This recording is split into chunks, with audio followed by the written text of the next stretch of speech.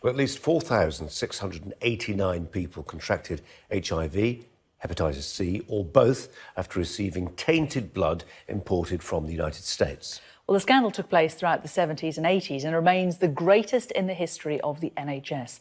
The inquest opened with video tributes and acknowledgements of the victims of contamination. Let's turn to our health correspondent, Paul Kelso, who joins us now from outside the inquest. Paul, very good afternoon to you. This will be a long-running investigation stroke inquiry.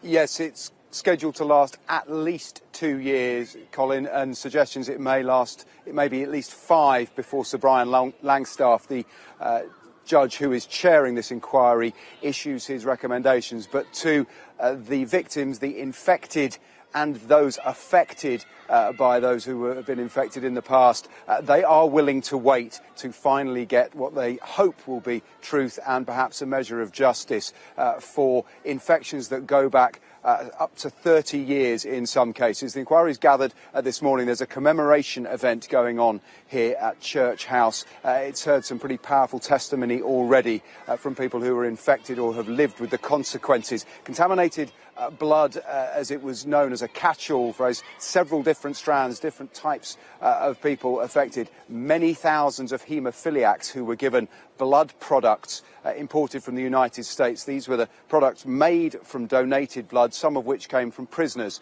from sex workers, from drug addicts who were paid to provide blood in the US, and it provided them with a clotting agent, which is, of course, what haemophiliacs lack. Many people infected in routine procedures, dentistry, seemingly benign processes that gave them HIV or hepatitis C, and many thousands have subsequently died, but also thousands more who received transfusions from blood sourced in the UK that simply wasn't screened for any of the standard things we routinely looked at. Now, there's never been a single focus for this huge number of bereaved people and many others living with the impact of this. There is no tower block, no football terrace that has been a focus in Hillsborough or Grenfell Tower, and of course the death toll exceeds those much more high-profile scandals by many times. This inquiry is perhaps the first moment, and we've seen at least 500 people drawn together today, connected only by their own personal tragedies around the country, and there's a great deal of emotion in the room that will give way to the drier opening of the inquiry this afternoon by Sir Brian Langstaff, who will give his opening thoughts. Then we'll have 2 days of opening statements on behalf of the victims.